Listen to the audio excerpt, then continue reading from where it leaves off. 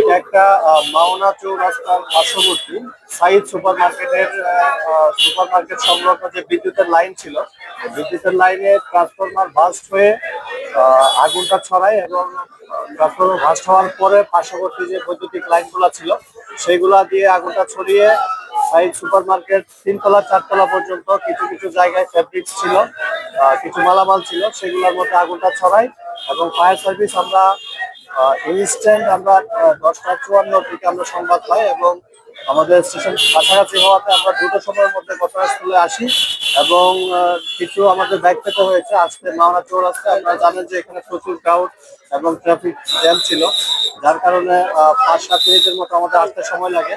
তারপরে আলহামদুলিল্লাহ আমরা খুব দ্রুততর সময়ের মধ্যে আমরা এসে আগুনটা আমরা সম্পূর্ণভাবে নির্বাপন করি। তবে কয়েকজন লোক হতাহতের আমরা সংবাদ পেয়েছি, সেটা হচ্ছে ইনস্ট্যান্ট যখন ট্রান্সফরমারটা ব্লাস্ট হওয়ার সাথে সাথে কিছু স্ফুলিঙ্গ, আগুনের স্ফুলিঙ্গ পরে নিচে যারা পথচারী ছিল 2-1 জনের গায়ে আগুনের স্ফুলিঙ্গ পরে এবং তারা কিছু আহত ইনজিওর রয়েছে, তারা পার্শ্ববর্তী হাসপাতালে ভর্তি হওয়ার তথ্য পেয়েছি। তবে আমরা পূর্ণাঙ্গ তথ্য আমরা আর কিছুক্ষণ পরে দিতে পারবো। ধন্যবাদ। কোনো ক্ষয়ক্ষতির এখানে 2 তলায় একটা ব্যাংক আছে, আপনারা দেখেছেন, ব্যাংকে আগুনটা প্রবেশ করে নাই এবং বাসাবাড়ির ভিতরে কোনো আগুন প্রবেশ করে নাই। বাইরে ছিল কিছু ফ্যাব্রিক ছিল বাইরে এবং কিছু মালামাল ছিল বাইরে, সেই মালামাল আগুন ছিল এবং আমরা খুব দ্রুততর সময়ের মধ্যে আগুনটা নির্বাপন করতে সক্ষম হয়েছি।